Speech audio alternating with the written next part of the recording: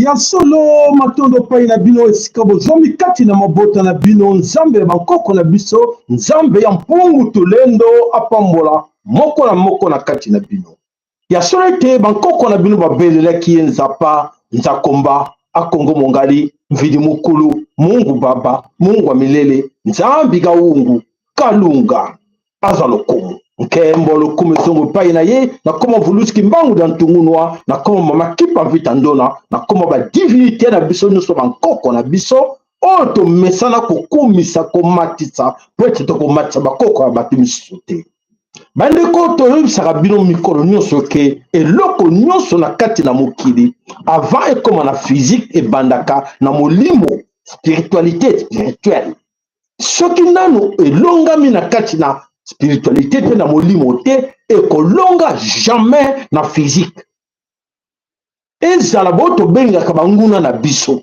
bango mpe baza na même base ke bayebi ke non nyonso il faut avant ekoma physique eutaka nanu na spirituel alors biso nakanisi na kati na ekolo Congo toleli mingi tonyokami mingi tozali koluka tozali kolela tozali kolela epai ya nani tozali koluka wapi tozali koluka na physique ndeko nyonso moko na moko na kati na biso ayebi ke na kati na motu na ye alukaka mingi nanu na physique azwa bomengo azwa mbongo azwa nyonso ezala ya ye azala malamu me abosani ke nyonso avant na kolonga yango na physique il faut nanu na molimo ngango nyonso bomonaka physique oyo batongi immeuble oyo basali nini oyo basali boye ebandaka nanu na spiritualité elongama alors bandeko bana somi ekolo Congo lelo nakanisi mingi na kati na biso tobosana baprincipe oyo ya vie oyo nzambe akela na mokili oyo akela biso tobosana badivinité na biso tokoma kolelela badivinité ya bapaya tokoma kolelela bango ebango baza banguna na biso bakobundisa biso po ete bango balonga bango balelelaka badivinité na bango bankoko na bango balelelaka bango po ete bapesa bango oyo bazwa balonga biso babotola biso mboka e biso mpe tozosangana tozolelela kaka bankoko ya bango po ete bango baya kobikisa biso tozala mikolo tola bana mikete ye azolelela epai ya bankoko na ye badivinité na ye po ete akobotola biso mboka biso mpe tozolelela badivinité na bango po ete togarde mboka ekosuka wapi ekosuka ke badivinité na bango bakolonga po ete baza badivinité na bango ensemble e badivinité na bango bakosunga bango do bankoko na bango bakosunga bango na place basunga biso nde ntina ya esclavagisme ntina monyokwami ntina bapasi ntina ya kolela eto akozwa te voilà bandeko bana somi ekolo Congo ndenge nayebisaki bino ke elonga ebandaka nano na spiritualité avant ekoma na nzoto na physique soki tolongi te na molimo tokolonga jamais na nzoto alors quitte à vous comprendre ke banguna na biso baconsultaka bankoko na bango baconsultaka selon bango na ezala modèle nini soki lelo bacréa système moko batiango en place ke bango bahonoraka basengaka système wana oyo basala bango epai na bango e bango na système na bango bazoconsidere yango comme bankoko na bango e bazolonga po ete biso toza kolelela bankoko mpe ya bango e bango tozolongisa nde bango bitumba alors nakanisi moko na moko na kati na bino esengeli na ye abanda nanu komituna ye moko eske ngai nalelaka nani nalelaka koka mopaya to nalela badivinité ya bapaya to nalela badivinité oyo ya biso po ete bazali sense ya koprotege biso ya kotya biso na nzela moko na bino azwa motuna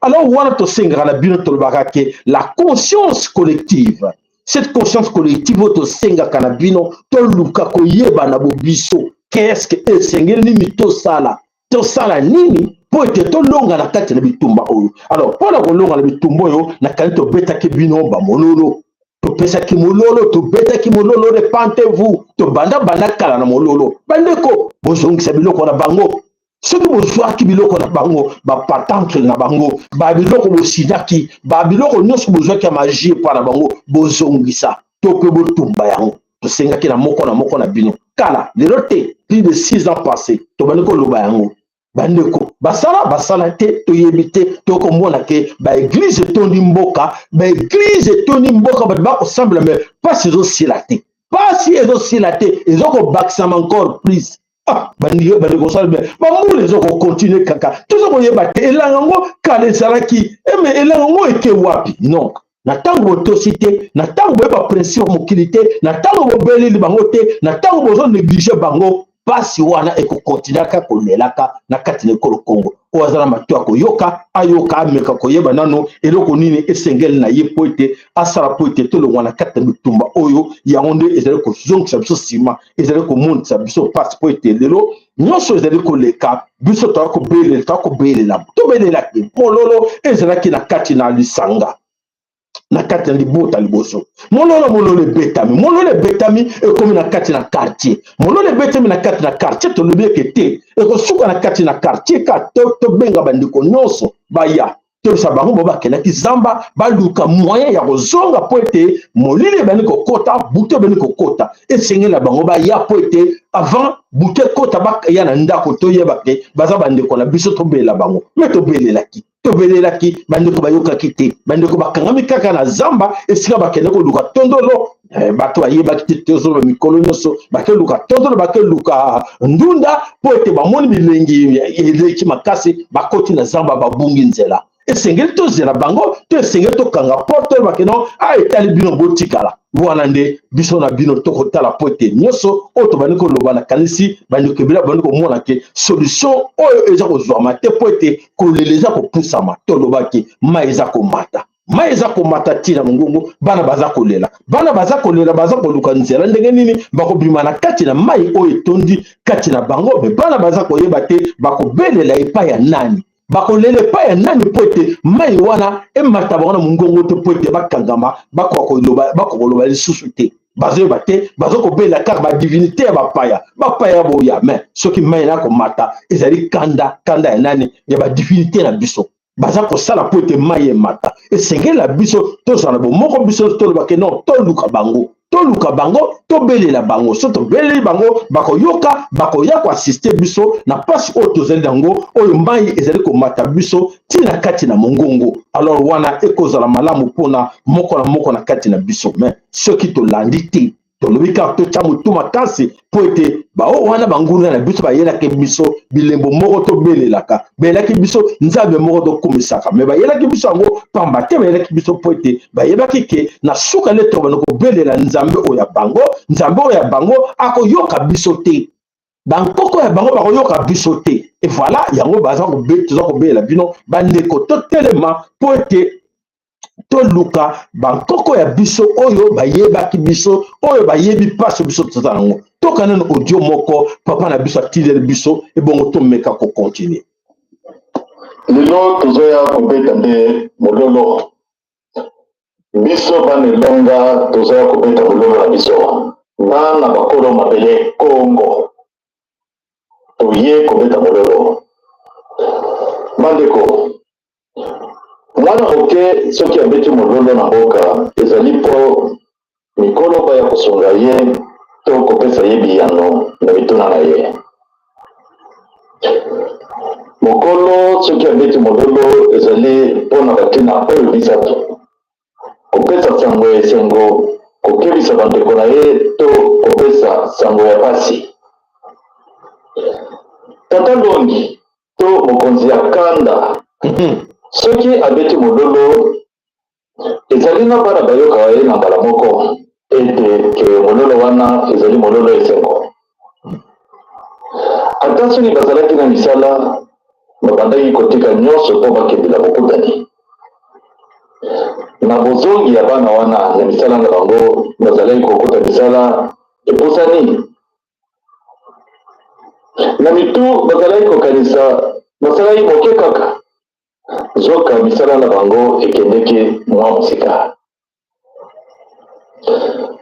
bana misusu bazalaki koyoka mololo ya kokebisa to ya sango ya pasi nzoka mololo ya mokonzi ya kanda ezalaki ya esengo basusu kutu lokola bazalaka mosika mingi na kati ya zamba bakoyoka na bango mololo wana te. Soki bakoki koyoka ekozala mololo ya pasi na matoi na bango. Bana elonga babeti mololo touti oloba bana ya bakolo mabele ngeta babeti mololo.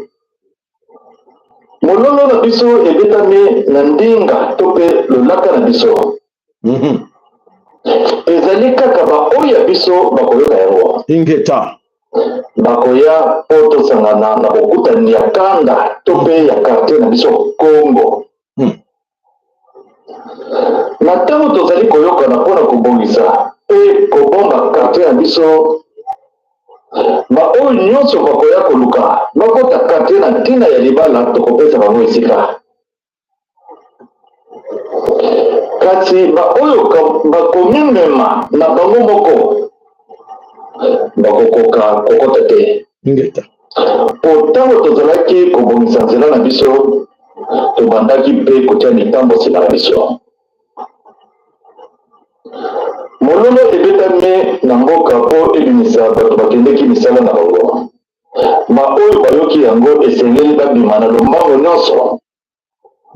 Baoyo bakangama makasi na kati ya zamba kolandelaka bambile sobe ya zamba batondolo to mayebo ya sukali bakoyoka mololo na biso te.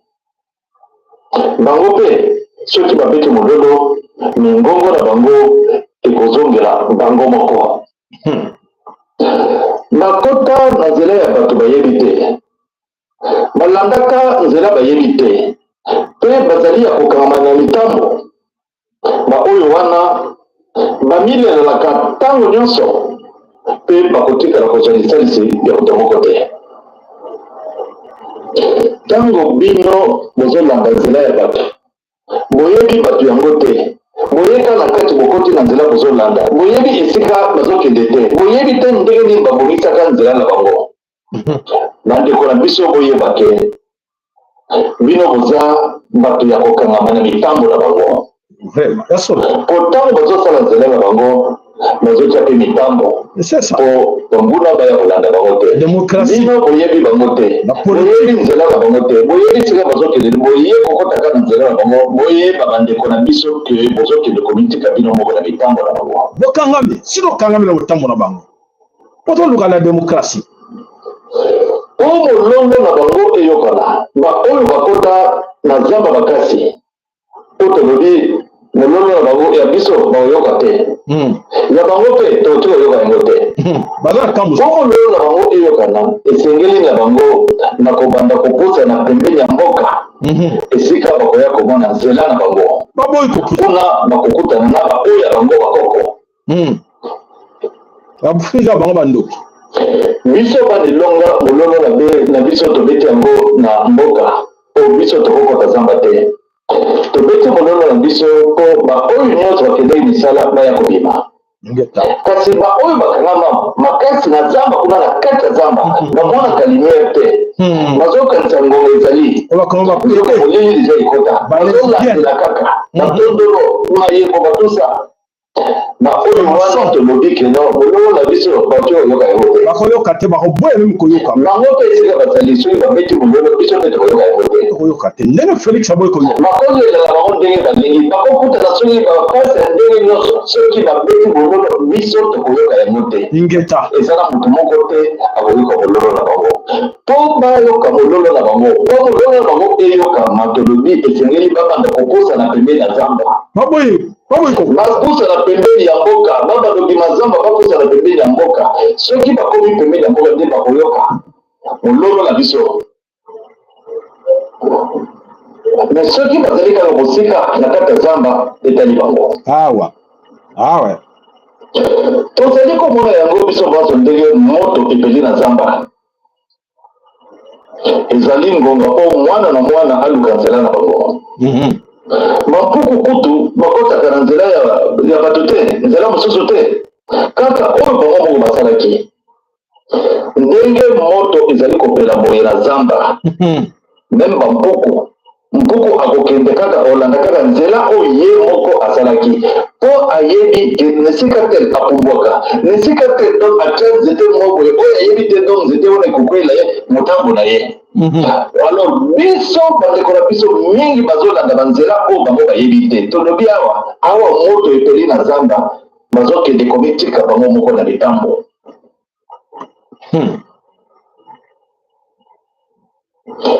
Tolobaki liboso ete na nzela ya bato bakotaka te mpo bakolo nzela batiakaka mpe mitambo mpona kokanga banguna baoyo bakolanda nzela ya bato bazali kokende komitikala mitambo na bango moko ingeta mingi bandeko na biso balanda banzela ya bato bayebi nzela esika ebanda te esika ezokende te bamikotisaka na kati ya nzela bakoma baframason. Ololo na biso ezali po moko na moko aluka nzela na ye ngonga ekoki awa bokoloba keno tolobaka te tolobi ngonga ekoki po moko na moko aluka nzela na ye matondo voilà moko na moko aluka nzela na ye po ete ngonga ekoki oyo akolobaka ayokaki te etali ye biso tokobeta mbela tokobeta mololo mikolo nyonso bandeko totelema po ete ntango ifweni ntango ekoki po ete toluka nzela oyo abobi ya biso nzela ya biso ezali nzela banguna te me bandeko baboye koyoka baboye koyoka eloko nini ezosala bandeko baboye koyoka ya solo ntango tolobaka mikolo nyonso bandeko bele bayebaka te tolobelaka bino mikolo nyonso conscience oyo toza kosenga na bino toluka moye toyeba biso na biso ndenge nini tokosangana po ete toluka tolbima na kati na libulu oyo batumolaki biso po ete ata moto epeli na kati na zamba bokoluka moye kokima boeza te bokwea na kati ya libulu wana bakokanga bino kaka na libulu wana. Voilà bandeko tosengela bino mololo ya quartier ndenge betami esengeli moko na moko na bino aluka nzela ya koluka soki akokoka toyebi te po ete mingi bakokoka te. Alors très cher compatriote be na Congo esengeli na biso tomiyeba liboso nano toza banani avant ke toyeba koluka kobundela ekolo Congo koluka kobima na kati na libulu po ete ezala ndenge tolobaki mbala eleki be na Congo bantu akufaka te bantu akoki kokufa te po ete azali mwana na nzambe me mingi bayebi na bango te base komparaka comme bana mosusu yango tobengaki matoi na bino na oyo nyonso ezali koleka na kati na mokili donc bato nyonso toza koluka kolanda bango nzoka te baza ya biso te ata toleli ndenge nini bankoko na bango bakoyoka biso te bankoko na bango bakofunga le même porte teke bakotisa biso na secours bokele pa na bino bakobenga na biso tokele pa na biso toluka mama na biso nani mama Congo alela mingi biso toboya koyokela ye topréféraki mama France topréféraki mama États-Unis topréféraki mama Allemagne bamama wana nyonso babi biso pe boza ya biso te allez-vous-en chez vous toza kotala nano ndenge nini ekosuka me senge na biso nde tososola toyeba bo biso tozali banani donc ere ekoki l'air ezali très grave oyo ntango ekoki ntango esone oyo ke ntango ya prophétie elobamaki makambo nyonso oyo elobamaki na cadre ya prophétie ebali ekokisami ezali koya. Alors yo esengeli na yo osala nini omibongisa oluka oyeba ozokende wapi kotika na kati na ignorance te oluka moyen olanda bajuicer oyo bazosala makambo oyo nzambe azosepela nango te bazosala makambo nyonso na nko po ete mpo na bango esengeli mboka etikala kaka ndenge wana. Alors bozwa yango oserie bandeko na nga bana somo ekolo Congo oyo nyonso anegligeaki mama Congo esengeli na ye aluka moyen koyeba ke mama Congo alobi bino nyonso boluka ye na lombangu nyonso po ete ebandi koyinda na kati na mboka moto esi ebandi kopela na moto na zamba moto ezopela na zamba sikoyo yo kokende pa ya mama Congo to kokende pa ya mama na yo oyo mama no musabi te ayebi yo te zonga epa ya mama na yo pe mama osundola ye obwaka mama onéglige mama sikoyo osala nini okolela mama wana oyo ya mundele ya mopaya te mama nazalaki na yo mingi nakumisaki yo mingi garde ngai papa mama yango tokomona batempete bambula banyonso wana ezali koya etoyebi ke epai ya bandeko misusu faillite ezali liboso ya porte na bango oyo nyonso elakamaki eza kokokisama eske bakolinga ko garder yo ba mama bolendaka bien bakolinga ko garder biso na ntango faillite kokotela bango pasi ekoteli bango esika tobalingo compte sur bango mama wana oyo tobalingo kolela mpo tabinopesa biso mabele mama wana apesa mabele tozomela ezalaki esengo me mama alobi mama ngo mope alobi te mabele nange ekauki napesi bino mingi esengeli mpe boluka mama na bino yo osundola mama yo obwaka mama na yo okolela mama nani onéglige mama na yo okolela mama nani voilà likama esika ezali parmi mingi na kati na biso donc c'est à dire que tozwaki vie au sérieux te tozwaki makambo te au sérieux te tozwaki na kati na distraction alors maintenant bandeko tokomi na ntango yango ke esengeli na moko na biso ameyeba azali nani awuta wapi aza kokende wapi wana ekomi point d'interrogation ya monene po ete bino mpe na Congo boyeluka kotelema boyeba ndenge nini mokili akobouge le monde bouge mokili akobouge makasi alors mokili eza kobouge alors quitte à vous ya koyeba ndenge eza kobouge ngai nakosala nini nakokima wapi nakokende wapi alors tomoni déjà l'exode massive ebandi na gauche à droite partout na monde bakomi kokima kuna moto ebandi kima moto ebandi ebongo yo papa yo mama okokima wapi ntango bisaki bino bokeba alors bondimaki biso te tokobisa bino makambo ebele na ntango oyo ezali kolanda biso na kati na baémission na biso nyonso alors bandeko balobela biso bandeko babeta mbela na makambo nyonso toakovivre na kati na mokili ndeko oyo aloba yango mundele alobaki yango me biso esengela biso yelaka bino yango mpo na nini mpo ete moko na biso abosanaka video oyo te tiaka wana motu na yo soki oza koignore video oyo makambo oyo okovivre yango ebongo ozwi responsabilité na yo na maboko te okosuka wapi na yango. Ce ne sont pas les hommes blancs qui vont diriger le monde. Ce sera les femmes, les personnes de couleur, et les hommes blancs vont connaître des temps difficiles. C'est comme les dinosaures. Un jour, ils vont disparaître. Et les dinosaures, quand ils ont disparu, leur cri était très fort et très agressif. C'est ce qui se passe avec les mâles blancs, riches et en colère, qui dirigent cette planète aujourd'hui. Leurs jours sont comptés. Voilà. Les jours sont comptés, mais tu le malobi, bah jour le monde a compté. Tu le malobi, non.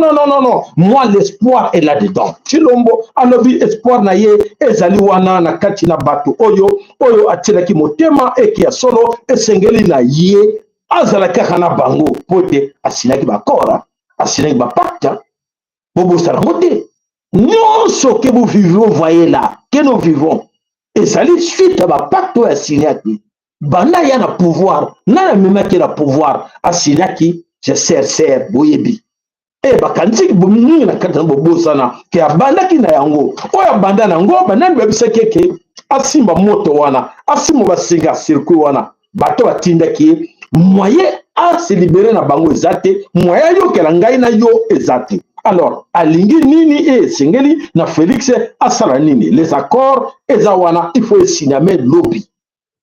Les accords ekosiname oyo Félix akeko tumbola akeko fongola front mosusu boretendaka bamo oyo naza koutilize nous front efongwami efongwami front ya sika Félix afongoli nani ayoki te ngai nalobi ke Félix afongoli front mosusu nani ayoki te front oyo Félix afongoli akoti na oyo omoni ring ya bapoids lourd ye poids mouche oui alungi akota na kati ya terrain kati ya ring ya bapoids fati vie meka okokoka kobunda na kati na bapoids lourd oyo ke kota na ring wana okokoka malheur na parce que ayebi te malheureusement ayebi ne le côté parce que on le pose de dire ça on le pose de le faire à s'engager il doit être là dedans pour être bon mon aïe tolba kala plus de 6 ans passés tolbikte Félix akoresire eloko moko na vie na ye te vie meka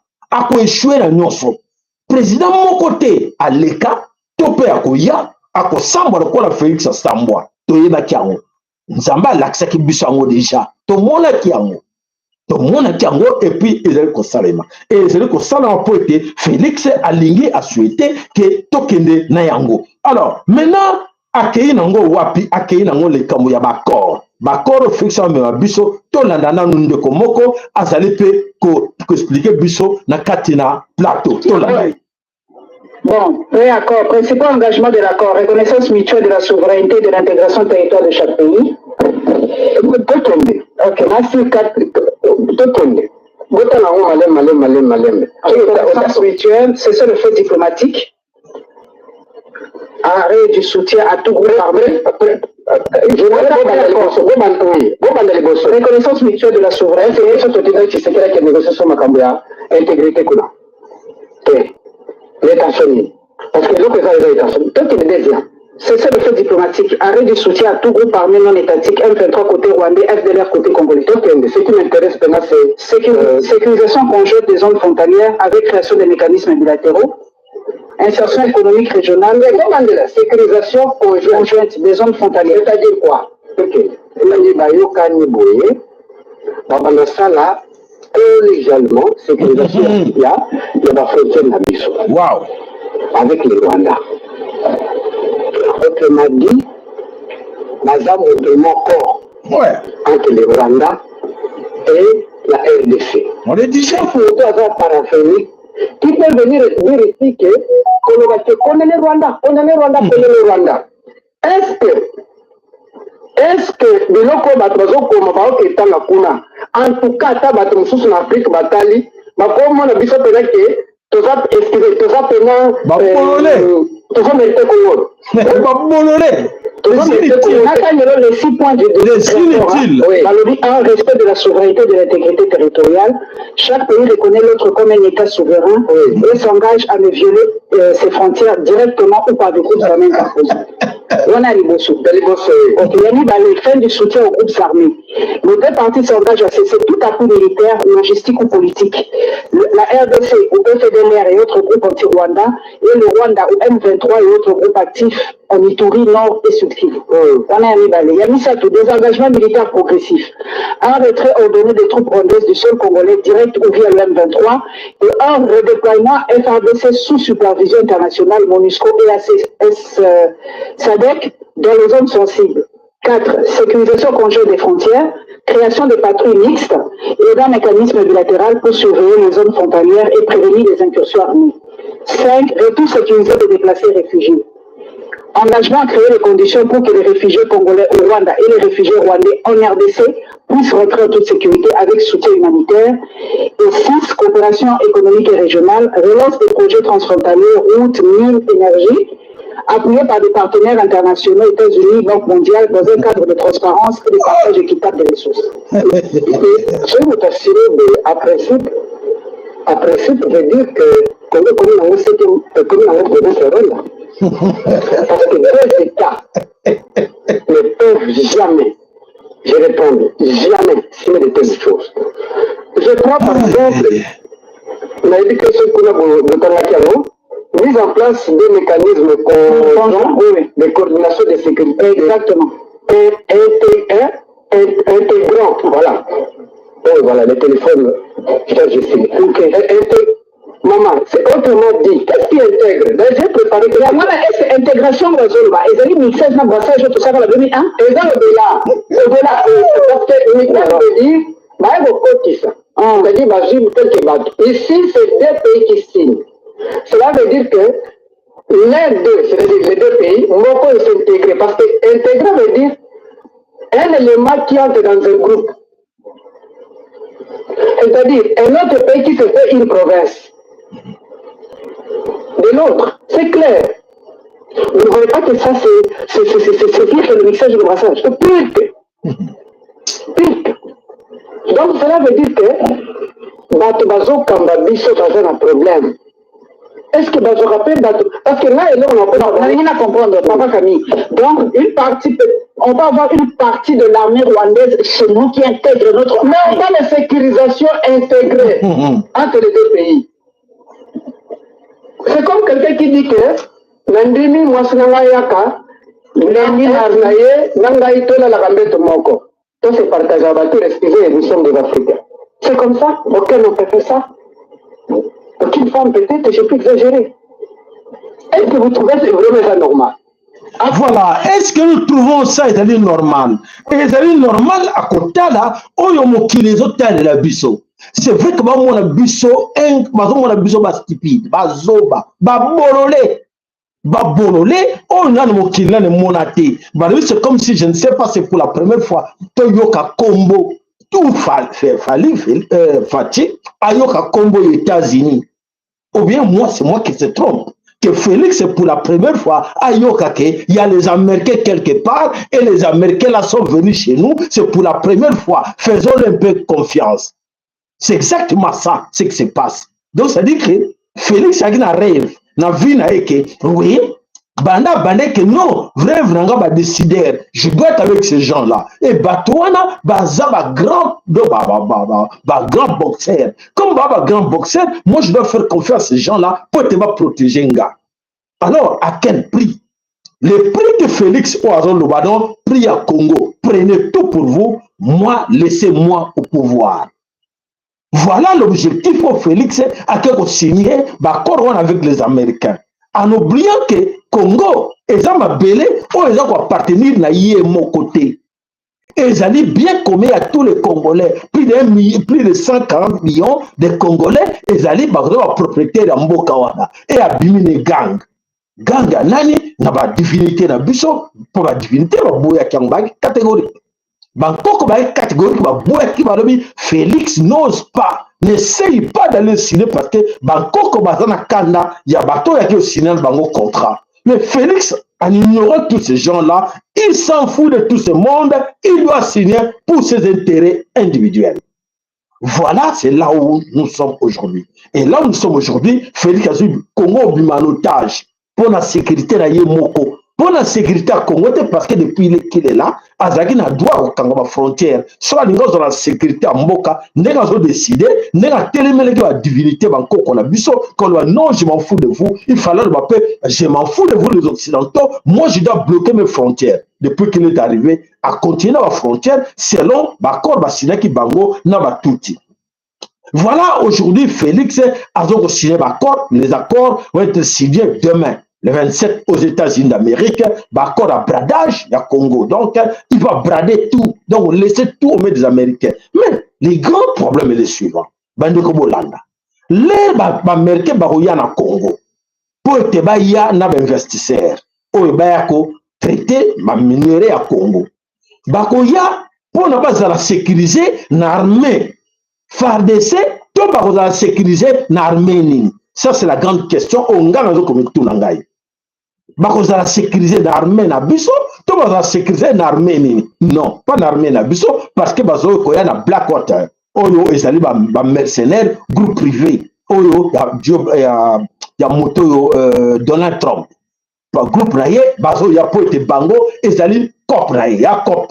Il n'a rien à voir avec les États-Unis. Et ça cop naye entre lui, Félix Tshilombo et les investisseurs. Bakoya. Et alors, les Bakoya, baton te lui bango, bon bande comme Landa, pour na lobby, na comme bino, nouveau front, Félix Afongoli, front Yassika, Matata Yassika, Koswana Yassika Robanda, na makamo Félix a signé, aye na bango. Est-ce que, n'enga yana bango, monde entier, et l'Otala, monde entier, Azaz sûr que oui, bakotika la Félix et Congo, pour le Congo, ils ont n'importe quel pays dans le monde. Nous le tout le temps. Congo, Félix a donc pensé qu'ils ont au-dessus, mais ils ont cité pour Congo, nous sommes qui nous battons la Congo. On risque que, ne sais pas, toujours risqué que troisième guerre mondiale dans le Congo. Au fond, dans le Bino, Félix a Fongoli Yango. Alors, l'heure Fongoli Yango. Matata koyana sima wana na ba groupe nyonso ya kotsa na Congo ba pays nyonso ba kota na Congo ba chinois bazakuna ba indien bazakuna ba italien ba juif ba sioniste ba nan tous ces mondes sont là, chacun a dans la partie na yazwa. Est-ce que ba kolinga ke ba parti bango bazanango et ba groupe ba mercenaires américains ba ya non, comme vous êtes américains, prenez. On vous laisse prenez. Comme Félix vous a signé, prenez. Bandeko. Batebako Koufa. Bandeko. Bon, là, n'a bien. Bon, peut ça a raison. Et papa Samal Baronganga. Front et Fongami. Oh, Félix a Kokako. Ko support. Américains, bah, s'en foutait. Parce que Batouana, au Blackwater baza bateau yo basement terrestre na bamboka nyonso baleka. Ce n'est pas la première fois bakende s'engager na bamboka bajara makambo to komona bakende na Iran, bakende na Irak, bakende na Somalie, bakende na Syrie, bakende na Libye. Ba créer ba des autres partout ba kufa. Pour na bateau yo Donald Trump bazo tinda ba ya na Congo avec des investisseurs là. Bande awa na lobina na yo kité. To ba ko le bateau ka oké mongongo Félix Aboko yo kela biso. Allez, qui vivra verra comme Tolobaka, les accords vont être signés demain. Alors, les accords de quoi? Bref, les accords, il y a minerai contre sécurité individuelle, sécurité personnelle. Oh, il y a Félix Chilombo qui a le pouvoir. Prenez les Américains. Nous avons les Américains s'en foutent de lui parce qu'ils ont des accords signés avec les Rwandais. L'accord signé à Rwanda, non seulement Bayebi. Avant de signer ces accords, avant de partir au Congo avec nos investisseurs, il faut m'arrêter ces gens-là. Après que liste, Akangi combien? Akangi Moutoute. Et les Américains lui, Akangi Moutoute, on s'en fout, nous on vient. Nous aussi on va voler comme ta famille vole. Et alors, est-ce que vous comprenez ce que je dis là? Donc, c'est que lui, liste en Goyo, il faut nous faire arrêter ce monde-là, de voleurs là, ils sont là avec toi. Félix arrêta bango te ba Américain ba osani bon ba kotinda ba soda na bango ba ina Congo na ba investisseur na bango ba ina Congo et là quand les bosso prenez tout d'abord le minerai traiter chercher là où se trouve le minerai pour te ba récupérer yango. Leur Félix a tout na bango mais comment l'argent on s'est mis d'accord avec vous d'investir dans ça mais non la liste est là, nous on est là mais vous devez faire ça. Il faut me faire arrêter ce monde. Est-ce que vous avez déjà arrêté ce monde-là? Quel monde? C'est ta famille. Ils sont des voleurs. Et comme ils sont des voleurs, ils ont arrêté Bangote. Nous aussi, on vient pour voler. Qu'est-ce que tu veux nous dire? Bolanda, oya kolobelanga lobi ki ayoka kite. Oya kolobelanga lobi ki te, makamu to bono comprendre angote. Tozo ko expliquer bien chaque jour. Vous ben na Congo, tolobela bino minoko nyonso, to expliquer bino ndenge tout. Bandeko boza ko battre, c'est-à-dire que quelque part boza bino moko bozo ko na kati piège da bino parce que boninko yokate. Boninko se met debout surtout les jeunes. Les jeunes c'est comme si je ne sais pas comme ba bomber éducation, ba détruire l'éducation, les jeunes s'en foutent l'avenir na bango. Ils s'en foutent l'avenir na bango, c'est-à-dire que avenir ne bango rien. Pour la bango c'est le présent. Le présent c'est quoi? Na melalanga. Na lia nanga kwanga nanga na mela nanga le drogue nanga na lango nanga na kuchi na yebite lobe la muki oh mama pazate ah ngala cheyer chacun subit ba drogue bango nyonso comme ça bazo vivre kandenge wana azala ki na 18 ans 20 ans 25 ans 30 ans 40 ans yewapi oh non je suis chez mes parents n'avez pas ya koko na wa n'avez pas ya koko na biso tikela biso le pango ngo baza soki 29 baza soki 50 bawela le pango moko oyo koko ya koko na bango atikela ki bango ye moko ayebi marché à emploi marché de travail ayebi yango te ayebi te ndenge basombaka ta même lipapa na ye moko aleta kaka biloko moko kaka ndenge wana oui ye moko mutalingi pasi wana nyonso era maboko na ye bana Chilombo baza bien na famille na ye baza bien bazo mataka ba avion et là bazo matabeke bino boza ba ignorant vous ignorez tout. Besoin d'un habit le yenge. Et là, on a le yenge, on s'en fout, non. Les tika bango, bazo comprendre rien. Tika ba gêne, on a pas dit rien. Et alors, bazo perdre, c'est vous. C'est vous, nous, vous perdre beaucoup de distraction dans des politiques inutiles, bidons. Beaucoup de distraction, beaucoup dans la religion. Oh, nous avons pas ça, tika la kene luka, na luka vina ngana, nous avons pas passer dans ensemble de ngai, na ko jamusala, na ko kende poto, na kobala mbongo nini mobala on pesa yo po mobala ngaza musalate bo liane nini Chilombo boy na pele bale ko kufa poete mobala za ba moite on doit comprendre toujours tourner kaka wana na engrenage wana poete biso na bino toujours se faire comprendre te on dit tout besoin comprendre te matondo ba like na bino man ba like na bino na posa ba like na bino na posa ba care na bino na posa surtout aux nouveaux abonnés de partager nos émissions à vos amis de liker surtout de liker s'il vous plaît on a besoin ba like na bino pour être pesa biso point na niveau ya banguna na biso ba luka ko bloquer biso to ya ka wana pour na bino pour l'intérêt ya biso nyonso pour te passe ya bino eza passe na biso Ça nous fait très mal que ceux qui n'ont bien, ne sika nga nazali, nazo lia bien, nazo bois kabilo kolia, mais attends, on a mon image mon quelque part, mais ah, ben de quoi baza na kacha poubelle, baza bazo vendre na kacha wa wese, na ba maya solo, na kolia solo, ba maladie et paille, ba poison et paille, on va maintenant bouter la mouille. Qu'est-ce qu'il doit faire? Nazo sala tout ki bo yeba. Bo sinale ba ndeko na bino. Et biso tso bo kabola. Bo biso ba ndeko na bino. Il est temps. Peuple a se libéraka. Peuple a exalté que on luka mutum chako libéré yo. Ozélate, qui va te libérer pour battre nous sommes profiter de la vérité na bino, na ignorance na bino, na manque de connaissance na bino, bazo profiter. Mokili mobimba en profite. Le monde entier en profite. Ba monde na bino les inutiles. Peuple mo ba inutile, ba idiot. Bazo comprendre pas sa vie na bangote. Bazo ko tient na place na bangote et bazo le nzambe. Qu'est-ce que vous pensez que nous avons ça la bien pote après ça au misu, après ça au cerveau, après ça matoi munoko, après ça maboko, comme après ça nguna o baza ko boto la yo. Nous avons mona oza zoba. Pas après ça nous n'avons après ça bango. Vous pensez que ce que Félix est en train de faire là, sur la ligne nous avons ko bête mais ta fumo la buta mais tu es un idiot. Tu peux sur chance d'être même président Mbokawana. Et tu te laisses faire devant les ennemis. Oye embrasser l'ennemi na yo.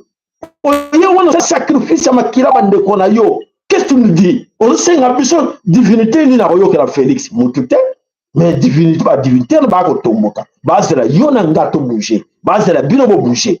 Voilà matondo na ba ker na bino matondo na ba like na bino ba ker ba like na bino matondo. Voilà, Issa dit ok, donc Félix Antoine Tshilombo a ko bradé Congo, il s'en fout de tout. Alors à Ponaye Batikaye au pouvoir. Il faut attirer au pouvoir. Et les Américains disent, eh bien sûr, merci beaucoup, c'est une opportunité. Tu coûtes un maillot faible, tu coûtes quelqu'un qui a une valeur en bocamote. Qu'est-ce qu'ils vont faire? Il faut accepter. Allez-y vers lui, lui tendre la main et qu'il nous donne tout. Qu'il nous laisse tout. Comme il a besoin de protection, il ne veut pas créer monter l'armée, il est capable de défendre ma belle, mais il compte à l'extérieur pour venir lui défendre. Qu'est-ce qu'il va faire? Parce qu'il ne comprend rien du tout. On doit faire quoi? On vient. On est là pour te protéger, mon frère. Mon frère, nous on va te protéger. Mais la guerre, oh ben, laisse tomber, dit, on va chasser tous ces petits-là. Mais ma petit, voilà, M23, AFC, Batouachaki, on a Congo, Bango. Et baza fier que yo fongole bango porte bozo na bino nyonso na ndako nanga a kontsaka bo tikela nga batuni balé ndako même tikale vide mbatu mbele ba kengela ka nga na kati ya ndako. Voilà les grands problèmes. Donc Félix, pour la meilleure compréhension, Félix ouvre la porte, il dit venez, entrez, prenez tout ce que vous voulez ici. À cette condition, vous me laissez là-dedans, même ceux qui n'ont pas tellement debout, je reste là debout sans rien. Je m'en fous. À condition que vous en soyez. Et ben on va dire, non, on te promet. Comme tu as bien promettre, nous on te promet 500 milliards. Ah ben, 500 milliards. Je vous demande de venir me protéger et vous me prouvez 500 milliards. Oui, on va te donner 500 milliards. Et à cette condition, arrêtez ta famille. Ah. Et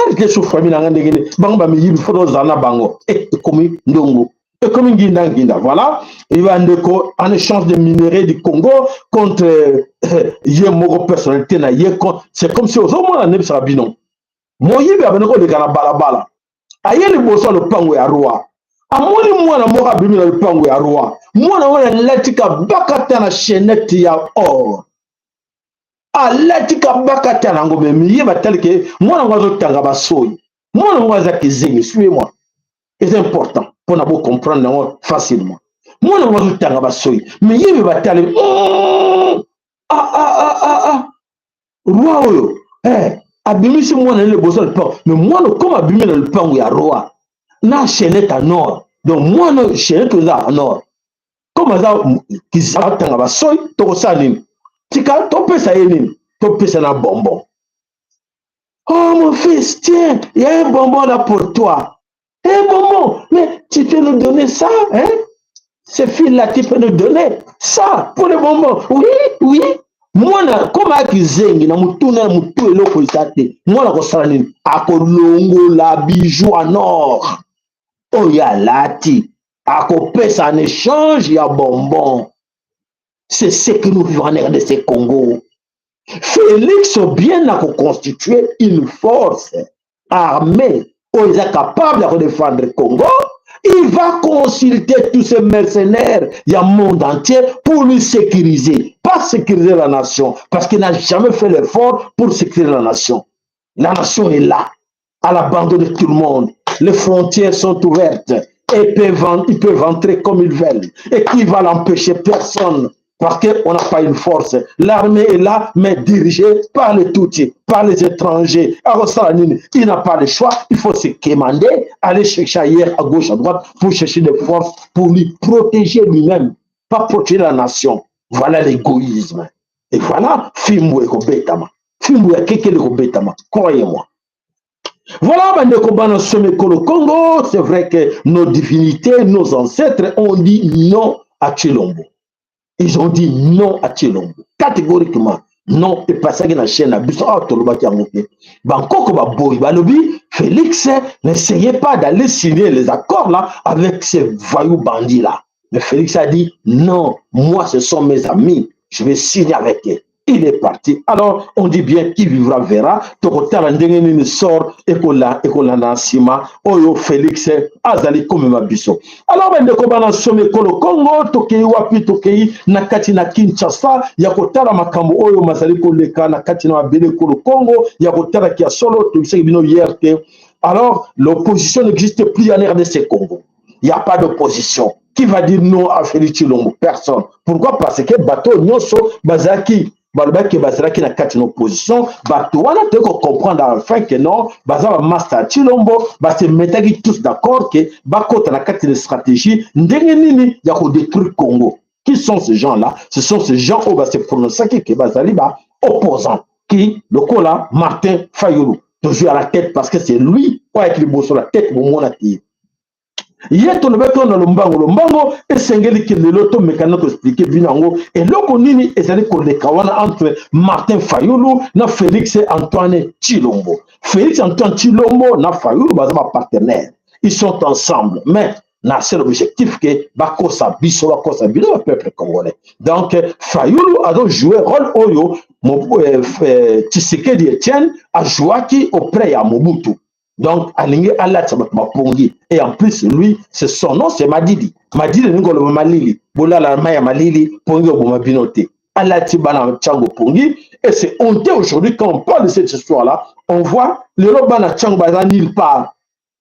Bana Tchango ba yebite nini basala suite à Pongi ya balali Pongi ya bébé oyo Fayulu aiko kotsa na kati na Congo akena Goma ba lucha alati bango Pongi on parle plus de lucha, on parle plus de Bana Tchango bango nyoso balala Pongi ba bébé bolobi nini bino bato bango ya chaîne pour me critiquer, pour m'insulter que non papa sala na Fayulu mutazo bunde l'école Congo na Fayulu mutalingi pena a sauver Congo to suki wapi biso na bino boko benga ngata ta na police papa sala bolimbisi papa sala na nyoso ngala saraki nzamba limbisa ngai na finga kyo pour rien voilà et si on Fayulu la memisi biso lelo Fayulu compte son argent lui aliambongo na ye ndenge ba multinational bazo partager les bango pour bango les gens qui en profitent bango ba même bango à Genève ba signer ba accord et aujourd'hui ba kabo le pouvoir ba ndenge bazo travail et yo papa milelo yo mama milelo ozolela opposition loba opposition loba azati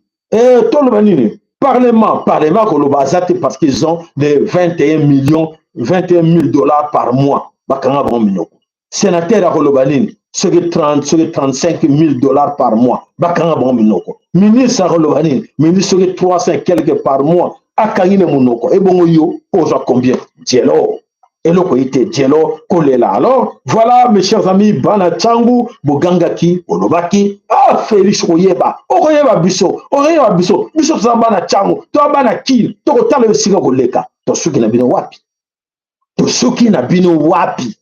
Bobo belelaki na ba chaîne nyonso bo straki be mission biso ba te suicide biso bana Tchangu bono ganga to suki na bino wapi mama Marie ba beteke moi ba mbata na yekuna na aner mama Marie inki mutindo ngene na pesa betu venki mutindo felike kuna Fayulu me salinki mutindo Fayulu me tubela ngengi mutindo betu be suka wapi na Fayulu voilà la situation que nous traversons aujourd'hui, le Congo, Ezali, Nakati, ya Maboko, ya Banguna, na Biso, ils en profitent. Parce que na Fayoulou, na Félix, ils ont travaillé pour satisfaire les Occidentaux, nos ennemis à nous, ils sont là dedans. Alors, Bino Mokobo Yeba. Alors, mes chers amis, bana someko le Congo, ba négliger ki mama Congo, ba ki mama Congo na tinate, ba bomba na ki na mboka mipaya. Balobaki ke pona bango te, il s'en fout de mama Congo. Ngana za maman nanga français, papa nanga français à l'obité et kozala bango bana posate. Et le konini bo bazana na Kinshasa baza koyeba te situation nini ezali koleka na poto. Nakati na poto ba mama bandeko ezali ko yinda na ba mboka nyonso. Bo bandibela ki biso te tout bango ke boko zonga même na volonté na binote. Boko kote na kati bandako bakote na kati bandako po ete moyen bakima ezate po ete ya solo ekomeli bango nginda na kati na mabele ekolo Congo. Nani akomisi bango na situation wana po ete bango bazaki trop sir na mama na bango Congo, na mama na bango France, na mama na bango Allemagne, bazaki trop sir na bango ke bakotikala wana. Lelo tosuki wapi? Allez, tokei bolanda.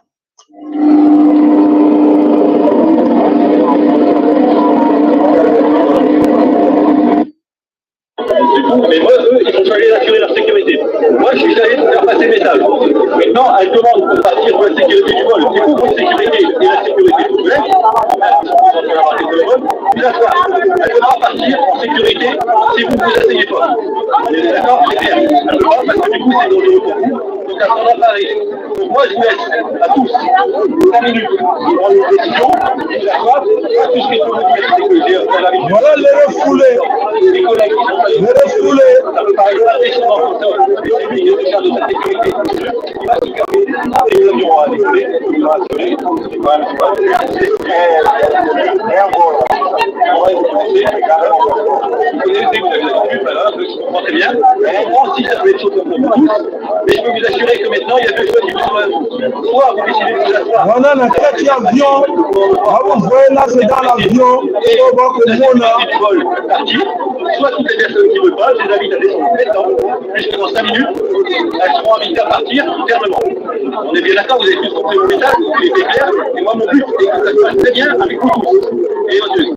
Et voilà, mes chers amis, ce sont des refoulés. En France, il y a ça. Là-dedans, il y a plus ou moins 15 000 personnes. France, il faut refouler. Voilà la France. Les Maliens, les Sénégalais, les Congolais à Kinshasa, les Marocains, les Onyoso, les Mingi, les Zongsa, les Mboka. Et c'est la France, l'Allemagne le fait, Hollande, le Salango, Belgique, le Salango. Et là, on est des Alékoya.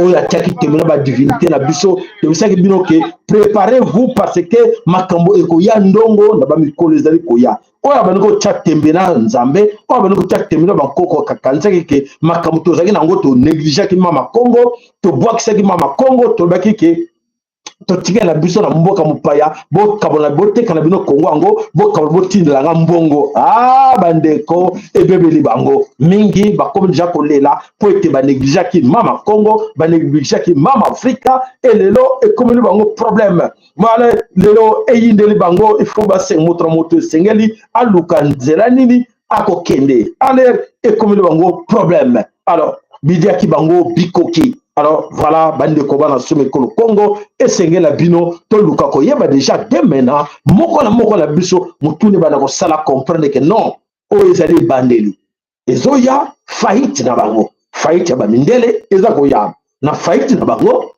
eko za na somo même vous o azala mukanda yeba ka yango na faillite na bango ezako ya o mvuluski mbangwa no saki o mama kipa mvita ndo na lobaki faillite mindele tokozala na problème et besoin de ba carte d'identité on a séjour na bango papa mama tango ango luka koyeba na saleni na mama Congo ni ne singela na sala na mama Congo bozoka nga attentivement o bozo komona na ba mbule ko noko na Kinshasa na ozo ko na kati na poto na ndenge mokili za ko tomboka moto akopela mokili esengela bino boluka koyeba divinité moko na moko yeba qui qu'est-ce que moi qui dois faire? Na salaki nini na mama Congo te. Na senga bolimbisi po ete mama Congo yambangai ma bre na salaki na négligaki ye esengeli boniso basengeli lolendo. Nga nga na mukanda na ngati. Ba refule bango ba refule bango ngai te na mukanda na ngai. Ah papa mama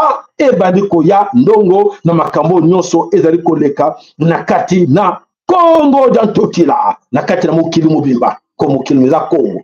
Voilà bandeko bana somi ko Congo. Alors tokei wapi tokei na kati na oyo ezokoleka na kati na Kinshasa bandoke ebele bayebi te nini eza koleka tokeni po te ntango mpe ezali kokende molai. Alors balike na bino kosala biso un grand plaisir ya komona balike na bino na nyonso oyo bozali kolanda biso.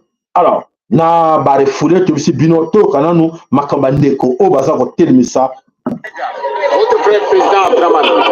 Donc, le 28 juin, je répète, le 28 juin, tous les Africains, si on dit Africains, les Congolais sont dedans. Congo a besoin de nous, Congo RDC.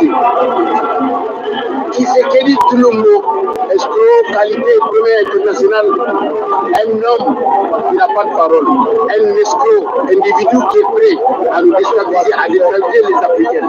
C'est ces gens-là qui sont à la tête de nous. Qui ne sait même pas où ils vont ou là où ils sont. Aujourd'hui, on passe une message. Le 28 juin, tous les Africains sont convoqués à une grande mobilisation à Trocadéro. Les jours-là, ça va toute la chute de tout le monde. C'est que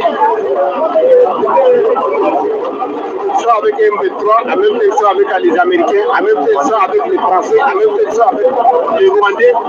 Ce sont des gens qui sont prêts à quoi? À nous déstabiliser, nous les pauvres Congolais, à nous déstabiliser, à finir avec nous. L'affaire du Congo RDC, l'affaire de tous les Africains. On dit Africains, on dit aussi les Congolais. Parce que le combat qu'on mène aujourd'hui, ici, en France, c'est un combat de souveraineté africaine. Il faut que tout le monde mette ça dans sa tête. Le Niger est libre. Bazou est en prison. C'est une fierté pour nous, les Africains. Mes chers camarades, le 28, on vous attend à Trocadéro, tout le monde, femmes et enfants, tout le monde, pour notre souveraineté. Voilà, mes chers amis, on nous demande d'être là en France à Trocadéro, quand ça, Trocadéro le 28 juin 2025. Donc après-demain, tous les Sokuna na kati na France pour être manifestation munene où les amis ont organisé et c'est que boba message wana l'équipe pour être moko na bino a moko na biso azala présent pour tout le mokili peke tozala kanda na oyo ezali koleka na kati na Congo yoki ndenge bandeko bakolobaka à la tête na bango baza ko dénoncer nani Félix Tshilombo na kanisi eza sous sécurité bamboka nyonso na kati na Afrika bayebi ke train oyo eza ko marcher na kombo ya Afrique wagon oyo eza ko déranger train wana wagon ba bengi yango kombo nango Congo. Et à la tête, il y a wagon wana, mutazela kata wagon wana zo déranger comme na ye Félix Antoine Tshilombo. Alors, ezo sengana biso nyonso ke toye babilo wana nyonso eza koleka Félix azali na kati ya responsabilité munene na kati na mabele kolo Congo. Alors, Félix a la responsabilité na kati na mabele kolo Congo, on sa koleka na Congo ezali à la base ye. Félix toka nanu oyo azali ko sala, oyo azali ko créer comme problème oyo ke lobby bandeko baza koyeba te ke lobby tokotuna Tshilombo bato nyonso tolobaki Félix abomaki ndeko na biso papa na sobengaki na oyo akufa kuna na kombo Sikatenda oyo moto abomaki ezaki Félix na kati ya prison ya Ndolo. Alors tolanda wondo j'ai vu la mort de près, j'ai entendu de la bouche même d'un geôlier à la DEMIAP, donc les cachots secrets des services de renseignement militaire, cette phrase effroyable en voyant quelqu'un qui venait de mourir dans une cellule et qu'on jetait comme un animal, et un geôlier disait « ce sont des opposants au président Tshisekedi ».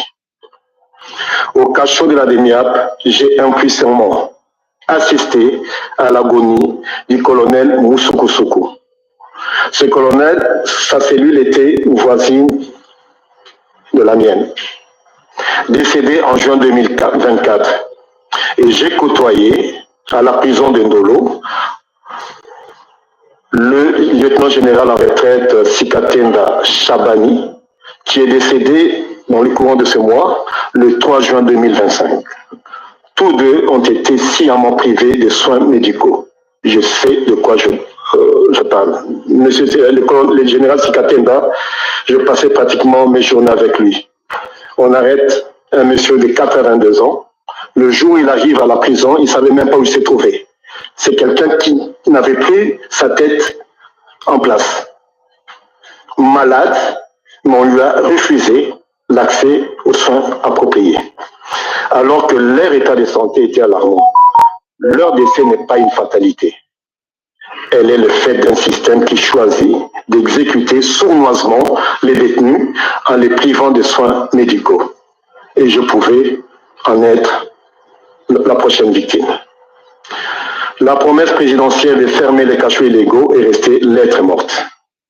Pire, ces lieux clandestins de souffrance se sont multipliés, comme s'ils faisaient désormais partie intégrante du paysage répressif congolais. Face à ce désastre. Voilà. Mes chers amis, en écoutant ces histoires-là, on voit que Jean-Jacques Hondo. Ye wanande azaraki mukanga bipe kuna me wana na momoyo azara kati ya Bruxelles sema batisolo bike no eza koleka na kati na Bruxelles oyo apesi ba déclaration nyonso na kati na Bruxelles. Bande ko bana soni ko Congo ya solo ke tozana problème un sérieux problème. Le problème du Congo a un nom. Le nom du problème du Congo c'est Félix Antoine Tshilombo. Tu verras dès le départ tout le baromi coloniaux. Les gens croient que non, à Tokoné va diviser Bisso, non, il y a Mungala, il y a Muluba, il y a Mouswahili, il y a Mukongo, solution, ils allaient bateau, comme si Bisso, va étiqueter Bisso, ne bateau, baza, qu'on s'approprie, na division na Bisso.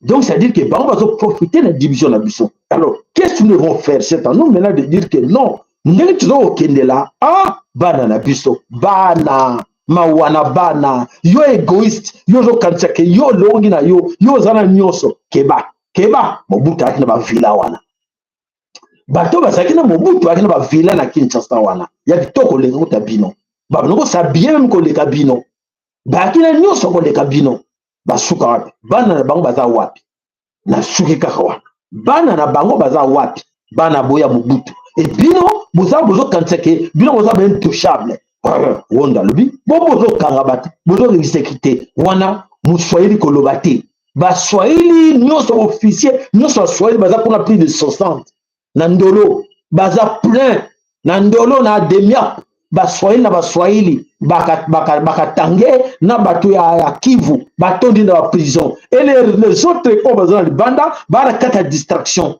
Les officiers baza kati libanda bande ko bango baza bloqué kuna ba na kati distraction bazo ye batelo c'est dire que bati bango ba mai moko ma bazo mela biloko bazo pesa bango bazo ba voter bango bazo kibo moto za le sauter ya ko ba passa moninga que non j'étais avec lui le gars souffre là-bas je dois faire quelque chose exacté voilà oyo ezali koleka wana na kati na mabele yekolo Congo ezo sala pasi na mawa ya komona makambo nyonso eza koleka na Congo. Alors matondo ba kera na bino matondo ba like na bino oyo vraiment toza na posa nango na tanto sala émission pour na bino pour na kolamusa bino ko ba la vérité ya oyo nyonso ezali ko bombana et sengeli pe na bino bo remercier biso na ba kera na bino na ba like na bino ça me fait grand plaisir parce que on travaille pour vous. Alors tolingi peke bino ba toujours travailler pour na bino bozape quand même conscient ya koyeba ke non ndeko asali tikana to tchaka moi merci pour te remercier ye na oyo asali.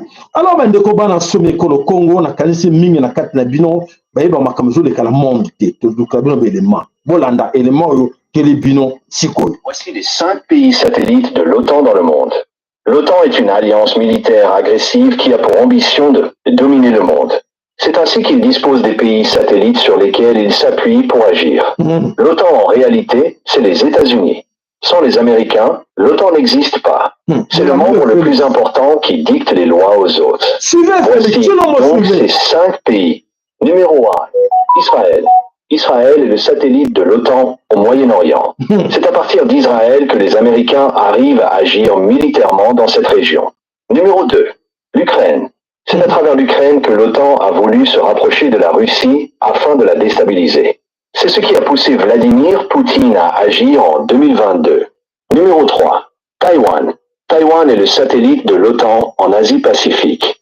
C'est à travers Taïwan que l'OTAN veut déstabiliser la Chine. Numéro 4. Le Rwanda. Le Rwanda est le premier satellite de l'OTAN en Afrique. C'est à travers le Rwanda que l'OTAN déstabilise le Congo afin de le balkaniser et piller ses ressources minières. Le président rwandais Paul Kagame est bien soutenu par la France d'Emmanuel Macron et les Américains. Numéro 5. L'Algérie. Depuis quelques années, l'Algérie est devenue un satellite de l'OTAN contre les pays du Sahel. Depuis que les responsables algériens ont commencé à recevoir le général américain Michael Langley, les tensions ont commencé avec les pays du Sahel. À chaque fois que ce général américain est reçu en Algérie, la tension monte avec les pays du Sahel. C'est après son départ d'Algérie qu'il y a eu la... Voilà, Bandeko, c'était très important. Jacob Sabino, le rôle au Rwanda va désigner à jouer dans l'Afrique Mobimba. Et ce qui Félix joue par ignorance, je ne sais pas, alors penser qu'il y a qu'on soit place à Rwanda pour être bas. Mais Félix, alliance au bango américain na banani, tout ça kayo chilombo. Bamba tout Rwandais, basara lobi na bango, ba kosa mukili comme ba juif ba ke bango ba juif, ba sioniste ba juif, pour ba tout le monde entier na autant ndenge moko ba dessiner pe Rwanda comme ba ça bango ke bino boza ba descendant na biso ba sioniste bino bango ba nani ba tout Rwandais. Alors ba ko changer en côté. Bako changer en côté Chilombo. Ah, je ne sais pas ce gars, comment il est entouré par des idiots aussi. Comment vous ne comprenez pas la situation? Vous pensez que bateau, non. Voilà des côtés chez les binongo. Là, vous comprenez que la situation où ils allaient collègues, na kati na mokili, vous quand que bino vous battre les bosso, te et que beaucoup lela na yango. Bande konangai boko lela na yango pote oyo ezali koya na kati na mokili bino bato na bande kona biso boza koyeba yango te.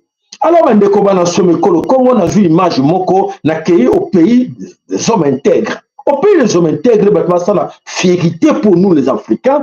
Aujourd'hui les amis ils ont trois les pays de AS. Na pays AS on savait on croyait pas que toko comme à niveau to comme na ngolelo na ba pays AS makamoza ko salama. Allez, suivons. Incroyable mais vrai. Le capitaine Ibrahim Traoré a encore frappé très fort. Même les Européens, les Américains et le monde entier sont choqués par cette nouvelle inattendue. Certains pensaient qu'il ne faisait que parler, mais aujourd'hui, il passe à l'action et ça dépasse toutes les attentes. Une entreprise 100% africaine, née au Burkina Faso, voit le jour. Itawa Roka, la première marque de véhicules conçue localement. Oui, tu as bien entendu. Des voitures africaines pensées et créées chez nous. Écoutez ce message du capitaine Traoré. Une nation qui fabrique ses propres véhicules est une nation libre. L'Afrique ne doit plus être une terre de consommation, mais une puissance de production. Grâce à Itawa Roka, des emplois sont créés, des technologies émergent, l'économie locale se renforce et surtout la jeunesse retrouve confiance. Ah oui. Ce n'est pas seulement une voiture, c'est un symbole de résistance, de fierté et de souveraineté. C'est le rugissement du Faso entendu dans toute l'Afrique. Le début d'un rêve africain construit par nous, pour nous. Alors si toi aussi tu es fier de ce réveil africain, écris en commentaire. Voilà, merci Ibrahim Traoré. Merci président Ibrahim Traoré. Vous avez mérité d'être vraiment président en Burkina Faso. Voilà, après l'arrivée, Ibrahim Traoré sera extra. Donc, on a drone, donc on a Ibrahim Traoré créé, mais à l'outil que nous s'agenouiller auprès des Américains, des Français. Voilà l'homme. À l'outil que nous avons histoire, il y a monde. Même sa famille à lui va être fière à lui pour dire écoutez, ah c'est notre fils, c'est notre papa, c'est notre tonton, il est là, il fait la fierté pour l'Afrique. Mais voilà les nôtres, insultés de partout. Et je ne sais pas, même les bébés, même dans le village, dans Bango, même dans Moujimani, les gens insultent. Dans Moujimani, les gens insultent, mais regarde ce vaurien là, c'est le président inutile. Pourquoi il est là? Regarde comment les gens souffrent. Ah, et voilà, les accords même qui va signer avec les Américains. Vous savez quoi? Les minéraux du Congo, seront soit traités au Rwanda.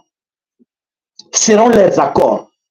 Et si nous tournons dans ça, ceux qui me tournent non, on signe les accords avec vous, mais vous allez traiter de ces minéraux au Congo pour donner des emplois à nos fils, à nos filles du Congo. Ils vont bénéficier d'avoir du travail. Et que nous avons la fierté pour dire que non, maintenant voilà, j'ai amené les Américains, ils sont là, il y a les usines, ils traitent le produit ici, fini. Ils traitent tout ici. Mais regarde, à l'objet, le produit, on a traité dans Rwanda. Comme à Kenoko Salara raffinerie, il y a or dans Rwanda. Est-ce que il est très fallait dire ça. Les illettrés qui ne comprennent rien. Comment une nation, oyo edingite que la population ne va profiter de minéraux on zamba tiela bango na kati na bele ko Congo. Ba minéraux nyonso bazo tikango ekende Brit na mabele mususu kuna na vers Tanganyika. Nous sommes le traverser que na Afrique du Sud. Nous sommes le traverser que na Zambie. Nous sommes le traverser que na Tanzanie. Nous sommes créer emploi na bamboka misusu na Congo, emploi mo ezate na minéraux à Congo que non, nos enfants travaillent là-bas. Nos enfants vont profiter là-bas après leurs études, ils vont aller là-bas. Non, ezate. Est-ce que vous sentez c'est normal? Soyons quand même honnêtes entre nous. Est-ce qu'ils ont vraiment réfléchi que non, vraiment vivre la situation dans un pays comme le nôtre, où ils ont dit riches, dans le minéraux sur le monde, mais il n'y a pas d'emploi pour la jeunesse. Il n'y a pas d'emploi pour les populations. Et bien sûr, la population, tu as la bière, tu as la kelanga de Nzambe, tu as le bon de la pointe de après ça va visiter la France. Tu as la bonne de la pointe de la libala. Tu as la bonne de futilité. De futilité, mes frères, mes sœurs. Est-ce que vous comprenez ça? Dans le moment où nous sommes mobilisés, que non, à venir dans Bisso, c'est-à-dire le Congolais, pour na bango à venir na bango, c'est la batususu, ya ko sale la bango. Batususu ya ko bunde la bango, batususu ya ko tangisa makila pour na bango. Voilà le problème, il y a besoin qu'on n'a pas aussi la tête. Le premier, il y a besoin qu'on a la divinité, la biso, la kanda, la bino. Pour être, pèse la biso nyonso. Tique la biso nyonso. Mais la mitou, la biso, ça ne va pas. La mitou, la biso, la nieri, kaka. On cherche que non, ngai pour la réussir la ville, je dois aller en France. Pour la réussir la ville, en France, en Belgique. Pour la réussir la ville, en France, comme un pasteur. Pour la réussir la ville, en France, comme un bishop. Oh, pour réussir le vivre comme parlementaire, ministre, politique, religion. Et ma technicien bazawapi. Banen bazoko sala bango. Baro créer bango baro uta wapi.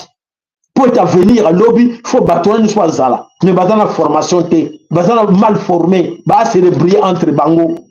Voilà la situation de traversement en RDC Congo et ça a passé. Alors, ben, de comment on a sonné le Congo, il y a un sabino qui situation à Congo, parce que comme on a carte de Congo, et ça libéré na biso moko faute na biso moko. Mondele moko tatindra ki batine ngana mukanani kamwa makamo mondele akomi na lingi na tanga ne pona bina komi boy. Le problème du Congo n'est ni le Rwanda, ni les Blancs, ni les diables. Le vrai problème, c'est l'inaction des Congolais eux-mêmes. Mundel Azakolo Bango. L'inaction, action exactement Congolais Bango Moko. Chaque jour, je vois un peuple assis sur un trésor autant au Congo, mais qui préfère prier que produire. Donc, peuple Ango a préféré à prier qu'à produire. Pendant que vos terres regorgent des richesses, vous passez vos journées dans des églises à jeûne pour devenir millionnaire. Ah bon, oui, exactement. Nous avons raison que vous passez Mikolo, n'a pas comme un millionnaire dans l'église de prière. Le monde ne se développe pas par des prières, mais par des travail d'éducation, la science, l'agriculture, l'innovation. Ce que vous appelez malédiction et en réalité, ils paraissent organisés. C'est ce que vous organisez. Ils apparaissent. Fainéants en RDC Congo. Il y a des gens qui pensent que non, en priant, et que ça a quelque chose. Mais non. Dieu même a quand dans la bino parce que fainéant, vous voulez la facilité. Parce qu'en parlant, on pensait à quémander, à se victimiser, en pensant qu'il y a un là parce qu'on les lit, on se victimiser, Nzambe papa kita, Nzambe yaka rotala, Nzambe ngaya wa moyete, Nzambe nga le botan moyete. Mais tu ne cherches pas du travail. On n'y a pas de salaté. On n'y a pas de salaté, bon, on va bloquer, ok. On va bloquer, parce qu'on va bloquer, qu'on appelle ça encore bandoki. Bandoki, c'est une doki. Là, on est déjà yomoko. Pour que bateau baza de bosso na gouvernement bandoki bango wana botiki bango calme basumbo on a bino ba memi on a Dubaï ba memi on a France ba memi on a Suisse nana o créer bino ba emploi nzambe mutaka na kozambongo wana azongi sango na Congo créer bino ba emploi nzambe mutaka sala ke oui comme bana ngo ba leli mingi tika na zwana na sala bango banque Congo banque exacte baba banque ya Congo non c'est ba paya Congo banque ya Congo, une banque congolaise, exacte. Donc tout ce que vous mettez dans vos banques là-bas, c'est pour les autres. Soit c'est pour les Rwandais, Kenya, tout ça, de tout Rwandais, Tiki, des choses comme ça. Ba banque non so zawana ezawa paya. Biso zanangote. Aviation, babilo tout zanangote. Et vous avez kaka tout le temps, on va prier, vous allez prier quoi? On prie quoi? L'église, dans chaque barabara de l'église, nous tous les mots makelele, ou bien des chefs, comme fini vos histoires, allez dégage. Non, vous préférez, vous priez à kaka. Vous quand na marche pacifique, n'a pas prière, non mais sont aussi malades, laissez-le prier. C'est bien organisé comme Mondial a lobby et c'est bien organisé pour te battre si comme na idiot na mutu eloko mo ezate idiot aussi na kata mitu batiki bino nango que vous continuez à penser que vous allez sortir il y a secours na kati bino vous sera nzokate pour les anangote. Voilà la situation oyo ezako le kana kati ne kolo Congo. Voilà bande ko bana somi kolo Congo, situation tout ko traverser la kati ne kolo Congo, biso moko tozali ba hauteur na yango oteli ko alimenter yango chaque jour. Et ça bi yango pilier, 3 piliers. O biso moko alimenter christianisme, plier les bosso yango wana. O biso moko nourrir yango. O zo comme ça biso ba pauvre ba idiot. Na mitu na biso christianisme. Tozo ye bangote. Que yango ezo bloqué biso banda ba mama na biso ba tata na biso et comme na biso et continue banda na biso na buzoba wana toujours quand c'est que nous allons nous en sortir là le kuta pour s'en sortir nangote prière tonga mboka te association moko te tonga mboka oh ba association na ye wana e ko lakisa biso ni e ko bongisa mboka jamais.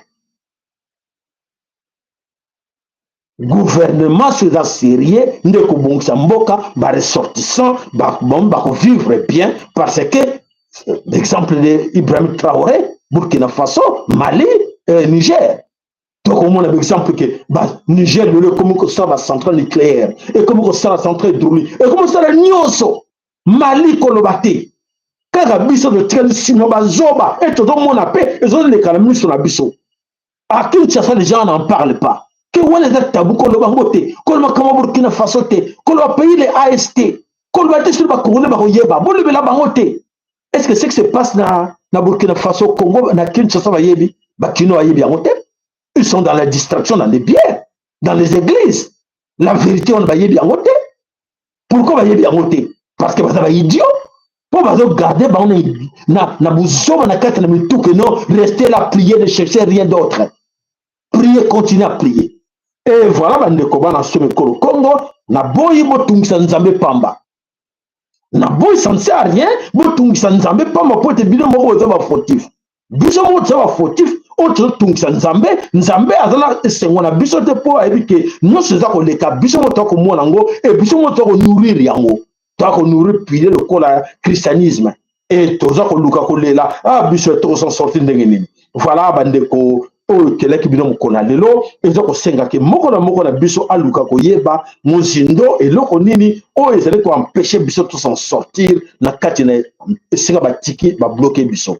Voilà matondo na bino nyonso to landaki obolandaki biso bande bandeliti na tango yo to mona ki papa Willy Kayenga azalaki kati na biso wana Ah, le sako et pas papa, papa Willy Kainga, bonne guérison. Et pas une autre, mon maman Claver, Azaïm Bomboma, Azanabiso, le sako, Mendekonabiso, Bernie Iran, le sako, maman Gloria Beauté. Le sako na bino to monaki matondo to monaki mama na biso Amzati to monaki azalaki wana to monaki mama na biso Fatuma Banza azalaki na biso wana to monaki bandeko ebele bazalaki na biso wana le sako matondo epai na bino nyonso boyo bolandaki biso na bokebi nyonso bande bandele tina tango yo matondo epai na bino epai na yo papa na biso Papa Willy na maman na biso, Marina Katina Dallas, le sako matondo epai na bino, le sako matondo epai na yo, papa na biso Mukobo, Michael, le sako matondo epai na bio, papa Francis Bitodi na maman Bamika, le sako matondo epai na yo, matondo epai na yo, epai ya papa na biso, Lema, le sako tonton Lema, matondo epai na yo, matondo epai ya maman na biso, le sako eno, le sako matondo epai na bino nyonso bandeko na biso, maman mososo to pesio matondo, maman Masamuna, le sako matondo epai na yo, le sako matondo epai bandeko na biso, banso oyo, bazali ko sunga chaîne na biso, nzamba pambola moko na bino, esika bozomi kati na mabota na bino, ya solo oyo ezali chaîne ya tata nzambe ya mpungutu lendo, e yaka po ete défendre biso, na ba valeur na biso nyonso, na kibomoto na biso po ete toyeba, tozo uti wapi, tozo kokene wapi, po ete lobi, bakosa biso te, bana na biso, ba critiquer biso te, papa na ngo osalaki nini, mama na ngo osalaki nini, alors so osalaki eloko te, e kozala pasi mingi po ete yo osungaki mama Congo te.